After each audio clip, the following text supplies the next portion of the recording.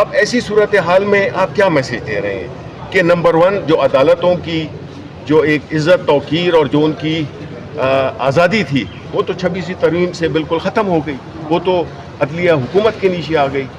اب ججز کو چاہیے کہ وہ اپنی جو فیصلے ہیں اس پہ عمل درآمد کرائیں. کیسے؟ پھر کیا فائدہ ہوا اتنی بڑی عمارتوں کا, کیا فائدہ ہوا اتنی بڑی شان و شوکت کا, اور جو انصاف کا ایک ادارہ ہے جو کہ جس کا مقصد ہے انصاف فراہم کرنا, معاشرے میں ایک ترتیب بنانا, اور وہ قانون کی حکمرانی سے آتی ہے, وہ کسی اور چیز سے نہیں آتی ہے, وہ ڈنڈے کے زور سے نہیں آتی ہے.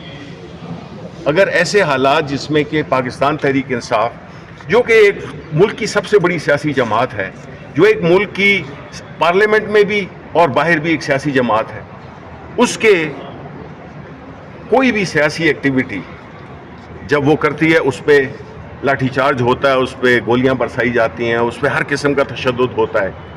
جب وہ کوئی اور پرانم قسم کی کنونشنز کرتے ہیں اس پہ بھی دھاوا بولا جاتا ہے. جب وہ ایک قانون کے تحت, ایک قانونی حکم کے تحت ملنے جاتے ہیں عمران خان سے, ان پہ ان کو اٹھا لیا جاتا ہے. تو مطلب تو یہ ہوا کہ اگر قانون کی وہ کوئی رسپیکٹ نہیں کرے گا تو پھر یہ ملک کیسے چلے گا؟ پھر یہ جو ہم اتنی بڑی بڑی کانفرنسز کر رہے ہیں, اتنی انٹرنیشنل کانفرنسز کر رہے ہیں, اور ہم چاہ رہے ہیں کہ اس ملک میں لوگ سرمایہ کاری, جب وہ یہ دیکھتے ہیں کہ کیا کچھ ہو رہا ہے جس میں کہ کیوں اٹھایا جا رہا ہے leader of the opposition in national assembly, جو کہ سب سے عوام کی نمائندہ اور سب سے زیادہ, ایک پرائم منسٹر ہوتا ہے اور دوسرا ہوتا ہے نیشنل اسمبلی کا leader of the opposition. Punjab assembly کے جتنے بھی ہمارے لوگ تھے, وہ تو اس کے علاوہ بھی اگر ان کو عدالت سے ایک اجازت ہے تو اس کو روکنا میرا خیال ہے کہ یہ ملک کی ترقی میں نہ تو کچھ کرے گا اور نہ خان صاحب کی پاپولیرٹی کو کم کرنے میں کوئی مددگار ثابت ہوگا. اس ملک کو اگر ہم نے آگے لے کے جانا ہے تو ہم نے یہ ساری جو سب سے بڑی جو ترقی کا راز ہوتا ہے وہ قانون کی حکمرانی ہوتی ہے, جو کہ اس وقت ناپید کی جا رہی ہے. تو ہمیں ججز سے درخواست ہے کہ وہ اپنا they should stand up and be counted, کہ انہوں نے, ان کی ذمہ داری یہ بنتی ہے, آئینی ذمہ داری ہے کہ انہوں نے صرف فیصلے نہیں دینے, اس پہ انشور کرنا ہے کہ عمل درآمد ہو. ان کو چاہیے اس کا سو نوٹس لیں. خان صاحب کے جو وکیل ہیں سلمان صفدر, ان کو ملنے نہیں دیا گیا, جو کہ آج اب کیس لگا ہوا ہے, جو کہ انہوں نے اپنے کلائنٹ سے مشورہ کرنا تھا. سلمان صفدر ایک پروفیشنل وکیل ہیں, وہ کوئی سیاسی وکیل نہیں ہے. ان کو سپریم کورٹ نے یہ کہا تھا کہ آپ جا کے اپنے کلائنٹ سے آپ مشورہ کر لیں. وہ کل بھی گئے, پرسوں بھی گئے, ان کو اجازت نہیں ملی 1-1 گھنٹہ 2-2 گھنٹے کھڑا کر کے. تو یہ کیا ہو رہا ہے؟ یہ تو اس سے کوئی ملک تو آگے نہیں بڑھے گا. نہ ملک میں جو ایک سیاسی عدم استحکام ہے جو کہ بنیاد ہوتی ہے کسی بھی ملک کی معاشی ترقی کی, اگر وہی نہیں ہے تو پھر یہ سب کچھ کیسے ہوگا؟ کیا کرنا چاہ رہے ہیں؟ سر یہ بتائیے گا, میں ایک چیز ایڈ کر دوں معذرت کے ساتھ. دیکھیں سب سے امپورٹنٹ چیز, اور شبلی صاحب ابھی کہہ رہے تھے نا, کل شام کو میں نے وہاں پہ موٹر وے پہ بھی بات کی ہے, یہ سارا جو ہو رہا ہے, یہ قانون کی دھجیاں اڑائی جا رہی ہیں, یہ اس عدالتی نظام کے خلاف ایک انڈائٹمنٹ اور چارج شیٹ ہے.